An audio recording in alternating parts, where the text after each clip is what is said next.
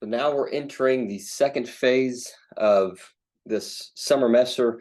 We've gone through some articles, APA projects, and now we're getting into our textbook. So chapter one is all about an introduction to leadership. The authors for this textbook for exploring leadership, specifically college students who want to make a difference, love this textbook, and I think it provides an easy reading with the chapter overviews, with the student essays. It's easy to follow along. So, chapter one, what I want you to understand is leadership is a concern. It concerns all of us. It's something that we're all involved with. I mentioned earlier lessons that you don't have to be the leader to be a leader. Leadership is viewed and valued differently by various disciplines and cultures. So just knowing that just because it's one way here in Texas isn't going to be the same way over in Italy. I think about some of my international travels when for example, in 2014, I led an intergenerational youth program in Cremona, Italy, and I realized that the culture is different and they viewed leadership differently, and that's something that I had to adjust with as I was facilitating conversations and creating relationships within the community. So leadership can be exhibited in many ways. There's qualities and skills that can be learned and developed. Historically, it was more of are you born with it? But the emotional intelligence can be improved as leaders. So there's this new paradigm and involves change. It's rapid, it's unpredictable. The conventional ways of approaching problems are no longer working.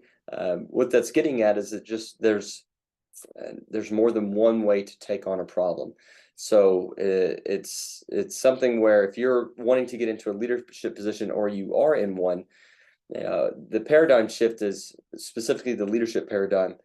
Used to focus just on the leader. Now it's focusing on those relationships and the processes between everyone in the group. We talked about leadership settings. Maybe it's something here in the community. There's benefits of going beyond just the one person in charge. The leader, the old way of looking at it, the leader has the vision and motivates the followers to work to achieve it. Well, now, if the group has a purpose and they are mutually motivated and determined to share their input with everyone in the group to move forward with what needs to happen. So you'll see in the textbook, or if you've already read it, rather than follower, it could imply just a passive term, passive person in the group. Scholars are searching for new terms. So constituents, co-creators, collaborators, participants. Co-creation is clearly we are both involved in our decision making. We are involved in our environment. For young people specifically, you want there to be a co-creating environment where both parties are not only interested but are participating in what is happening. And then there's terms for leaders. There's positional leader, the person filling a position in an organizational structure, elected, selected, hired. They usually have some type of position title. And then anyone actively engaging in leadership process, this is the meaning used in the text. So it can be operating from a position or not. You don't have to be the leader to be a leader.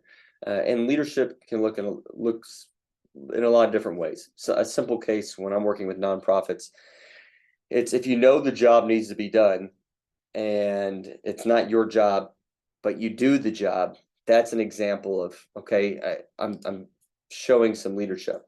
The text leadership has an intentional process. So it's to make a difference in a positive way, to engage individuals, potentially people in your community, to advance the welfare, the quality of life for everyone. This is in contrast to other leadership studies aimed to learning how to achieve a position of power and keep it. So you can see the difference, right? If I'm running for a position, that's a lot different than being in that position. Running for the position, there can be whether it's voting, popularity, campaigning. But then once you're in that position, are you actually intentional with your purpose? So those are some of the purposes of leadership. But multiple lenses on leadership. It's a social construction. We are social beings. Our culture is something we all feed into, and it's a pretty important component of our society. And leadership is socially constructed. So that means society constructs the meaning of leadership. The context in which it happens plays a role in how it's analyzed. So the For example, academic discipline or field of study, that's the context in which it happens plays a role in how it's analyzed. But remembering that the social construction is a very important concept when it comes to leadership. We've seen that with the history of your readings of how history played a huge role and the development of how people viewed leadership and how leadership has changed, specifically since the 80s up to the modern era. Just as we continue with the readings in the chapters, I want you to have an openness to learning. Leadership development requires taking on a lifelong attitude to being open to learning. Some of us maybe were raised a certain way. We had experiences that shape us, but remember, we want to be open-minded, taking personal responsibility, looking at experiences, reflecting on those, maximizing learning from your experience, so taking on new roles that are challenging, reflection, and then looking at new ways to implement leadership.